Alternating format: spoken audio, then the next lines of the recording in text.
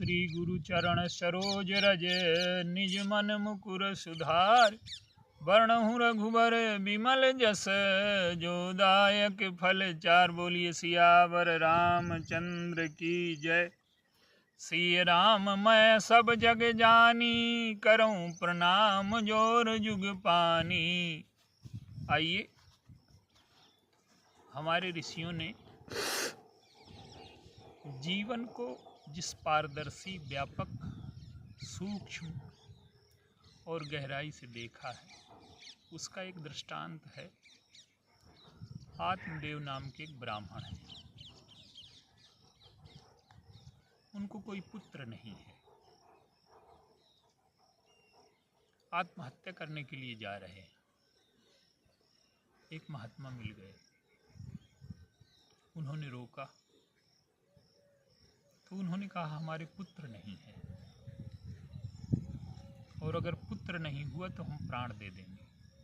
महात्मा ने कहा कि तुम्हारे भाग्य में पुत्र नहीं है। तो उन्होंने कहा कि हमारे भाग्य में नहीं, तो आप आशीर्वाद और कृपा करके दे दीजिए।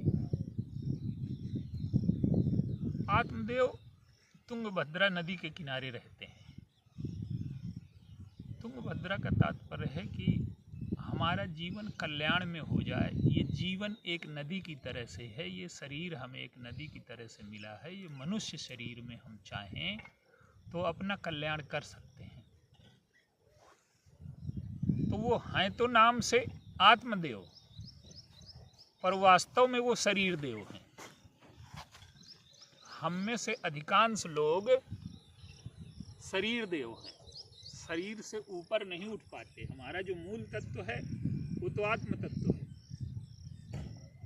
लेकिन वो शरीर देव हैं। और उस महात्मा की सीख उन्हें समझ में नहीं आई। उन्होंने कहा कि तुम्हारा कल्याण तुम्हें खुद करना है। पुत्र पिंड दान करेगा कलयुग में, ये भूल जाओ। तुम अपना पिंडदान स्वयं करके जाओ। पिंडदान का अर्थ है कि अपना समस्त जीवन हम ईश्वर के चरणों में अर्पित कर दें। भावना, विचार, क्रिया जो भी हमारे जीवन में है, अगर वो ईश्वर के प्रति अर्पित हो गया तो हमारे जीवन का कल्याण हो जाएगा। वास्तविक पिंडदान यही है। वो जो पिंडदान होता है, पितरों का तर्पण होता है, उससे सद्गति मिलती है हमें, क्योंकि दूसरों के कल्याण के लिए हम कर रहे हैं। उससे पुण्य मिलेगा, लेकिन उससे जीवन और मृत्यु की पूर्णता नहीं मिलेगी। पर आत्मदेव को यह समझ में नहीं आया। तो उन्होंने कहा कि ये एक फल ले लो और अपनी पत्नी को खिला देना। और उनकी पत्नी का नाम है धुंधली। ये जो हमारा जीवन है, इसमें हम स्वयं आत्मा है, और जो बुद्धि है वो हमारी पत्नी है। और धुंधली नाम इसलिए है कि ये आत्मा की ओर न देख करके संसार की ओर देखती है। और इसकी जो हमारी बुद्धि है वो धुंधली हो गई है। उसकी दृष्टि सही जगह नहीं है। जीवन की ओर न देख करके दूसरों के जीवन की ओर देखना, संसार की ओर देखना, ये उसकी प्रवृत्ति है। इसलिए उसका नाम धुंधली रखा गया। यदि बुद्धि पवित्र हो जाए तो वो धुंधली न रहेगी, वो प्रज्ञा हो जाएगी। उसके अन्य नाम हो जाएंगे, ऋतंभरा हो जाएगी। लेकिन उसकी बुद्धि धुंधली है, सत्य को नहीं समझती। उसकी जो वही पत्नी है हमारे जीवन में। तो आत्मदेव वो फल लेकर के आ गए।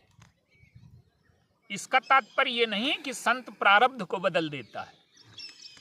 इसका तात्पर्य ये है कि आसक्ति में विद्वान भी अंधों जैसा कार्य करके अपने जीवन को नष्ट कर लेते हैं। उन्होंने ला करके वो फल दिया अपनी पत्नी को। माने सत्संग में जो फल मिलता है, भक्ति का, ज्ञान का, वैराग्य का, उसे हमें अपनी बुद्धि को खिलाना है, पर बुद्धि नहीं खाती। उसकी एक बहन है मन, बुद्धि की एक बहन है मन, उसको दे देती है। वो नाटक करती है कि हमें गर्भ रह गया, और वो जो है फल गाय को खिला देती है। उसकी बहन को जब पुत्र हुआ तो बहन अपना पुत्र दे गई, और उसने नाटक किया कि हमें पुत्र हो गया। आत्मदेव जब देखने आए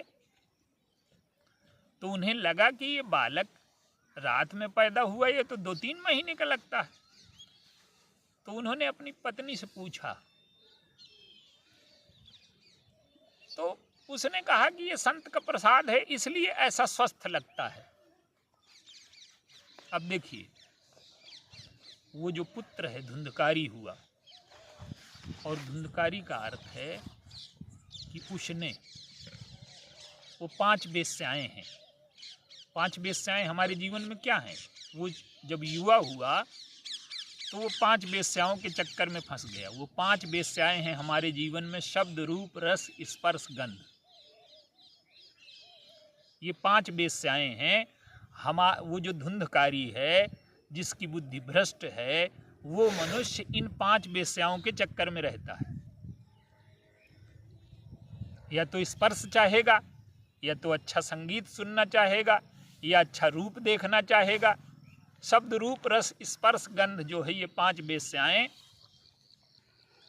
उनके चक्कर में फंस गया और माता पिता को पीटता है, मारता है।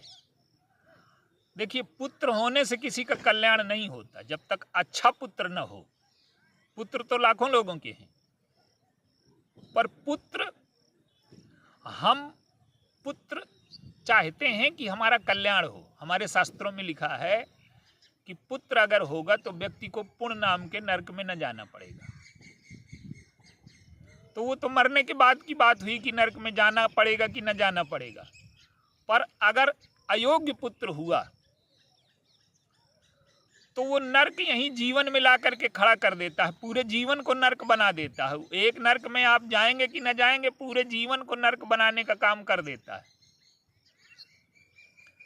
तो पुत्र की प्राप्ति से कल्याण नहीं है, अच्छे पुत्र की प्राप्ति से कल्याण है। उसमें संस्कार नहीं है तो आपके जीवन को पूरा नरक बनाने का काम करेगा वो। आत्मदेव को बड़ा दुख हुआ, वो गए काशी में और उन्होंने भगवान की कथा सुनी, जीवन को साधना में लगाया। अंत में वो ईश्वर को प्राप्त हुए, लेकिन धुंधकारी की दुर्गति हुई। एक दिन वो रानी के गहने चुरा करके ले आया। वेश्याओं ने सोचा कि अगर पकड़ गए तो हमें भी संकट होगा, तो उसको मार डाला। अब वो प्रेत हुआ, और वो जो फल गाय को खिलाया गया था, उससे गोकर्ण नाम के एक दिव्य बालक पैदा हुआ।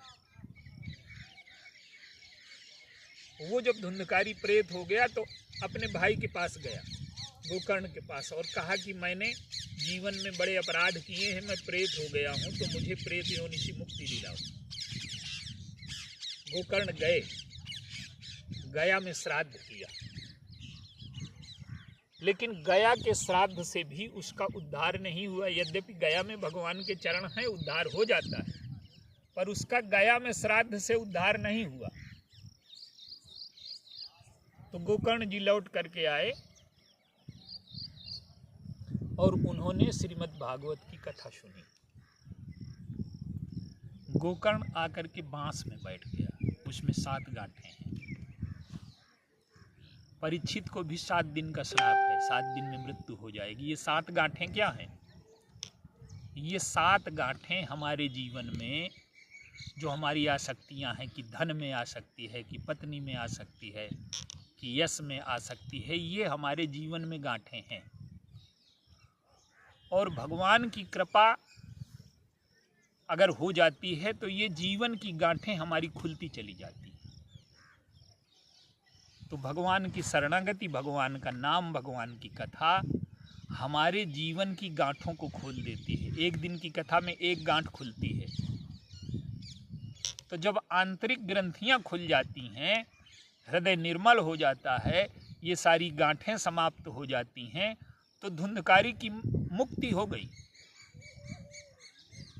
तो ये कथा हमें ये बताती है कि भगवान की कथा,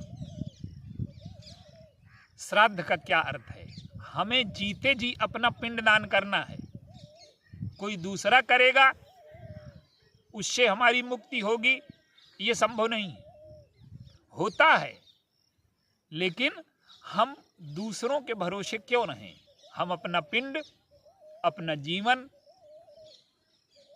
अपना संपूर्ण चरित्र प्रभु के चरणों में अर्पित कर दें, तो हमारे जीवन में मुक्ति हो जाएगी, हमारे जीवन की गांठें खुल जाएंगी, हमारे जीवन का उद्देश्य पूरा हो जाएगा।